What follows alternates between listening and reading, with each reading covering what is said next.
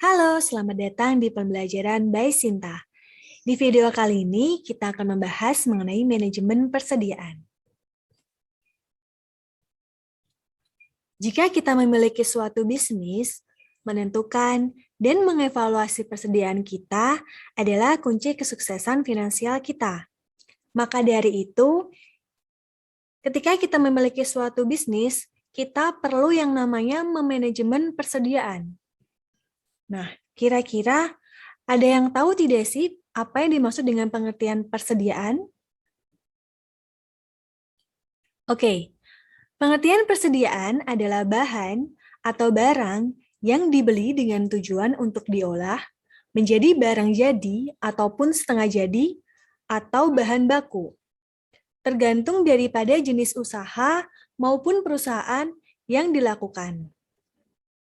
Berikut ini adalah contoh persediaan barang, seperti jumlah sepatu yang harus dijual di perusahaan sepatu, kemudian seblak yang siap dijual oleh warung seblak.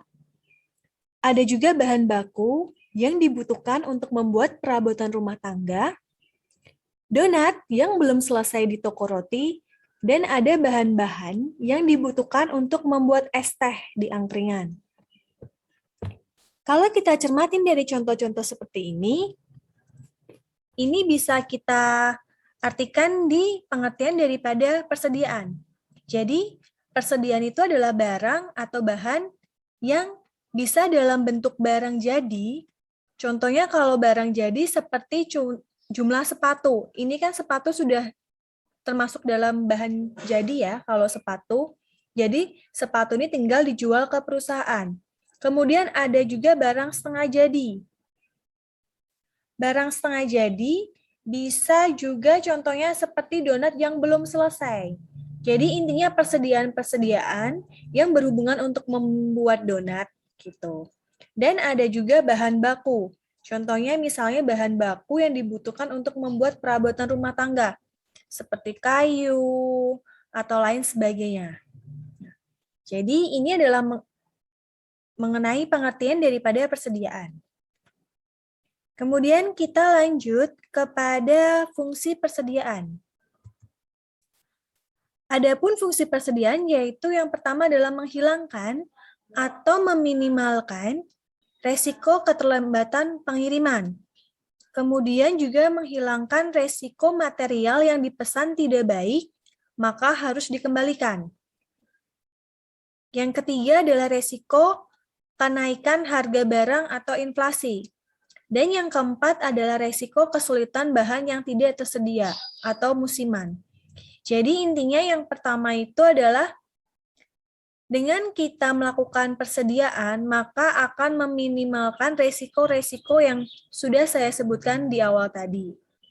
Selain itu, fungsi yang selanjutnya adalah kita bisa mendapatkan keuntungan dari potongan kuantitas. Jadi kita mendapatkan keuntungan dari barang-barang yang sudah kita beli dalam jumlah yang relatif banyak karena kita melakukan stok atau persediaan.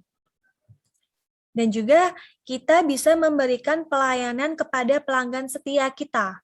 Istilahnya kalau misalnya kita melakukan persediaan, maka barang itu selalu ada sehingga para pelanggan itu ketika membeli setiap saat tidak akan pernah tidak mendapatkan barang. Jadi mereka akan selalu mendapatkan barang yang diinginkan.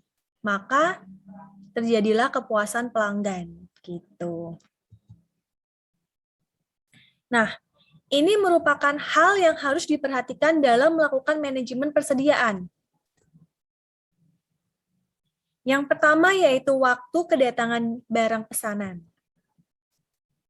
Perhatikan waktu kedatangan barang yang dipesan kembali dalam periode tertentu, karena terkait di persediaan barang di gudang, sehingga perlu disesuaikan antara barang yang di gudang dengan barang yang akan kita beli kembali. Gitu. Jangan sampai persediaan kita ini terlalu banyak. Kenapa? Karena ditakutkannya kalau persediaan barang terlalu banyak, tapi yang dikeluarkan atau yang dijual itu tidak terlalu banyak, maka akan expired atau barang yang di persediaan itu lama-kelamaan akan kadaluarsa ya, gitu. Takutnya barang menjadi rusak. Maka kalau misalnya barang menjadi rusak dan expired, itu menjadi kerugian bagi bisnis kita. Kemudian, jumlah barang yang disimpan. Nih, kuantitas barang yang dipesan itu harus disesuaikan dengan kebutuhan. Jika terlalu banyak, maka akan terjadi pemborosan. Tapi jika terlalu sedikit, maka akan mengakibatkan kekosongan stok yang berdampak kurang baik pada pelayanan terhadap konsumen. Oleh karena itu, harus dicermatin dengan sangat, yang kita butuhkan itu baiknya seberapa, jangan terlalu berlebihan. Gitu.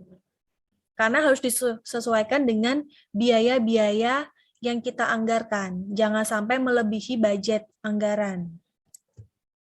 Kemudian ada jumlah safety stock atau jumlah stok yang amannya tuh seberapa sih persediaan yang harus kita kumpulkan di bisnis kita. Jadi safety stock itu adalah persediaan untuk berjaga-jaga. Seandainya terjadi sesuatu hal yang menghambat proses pengiriman barang selanjutnya, sehingga persediaan itu tetap ada untuk beberapa waktu ke depan gitu. Jadi kita sebagai seorang wirausaha itu harus juga bisa yang namanya melihat kira-kira perkiraan di masa depan itu barang kita itu rame atau tidak, atau mungkin cenderung menurun, atau bagaimana itu harus difikirkan gitu. Jangan sampai ya itu tadi, intinya adalah kita harus bisa memanajemen persediaan dengan memperhatikan waktu kedatangan barang pesanan, jumlah barang yang disimpan, dan jumlah safety stock. Oke, quotes di video kali ini adalah teruslah berpikir positif, karena apapun yang kita pikirkan itu akan menjadi kenyataan. Jadi jangan pernah berpikiran negatif.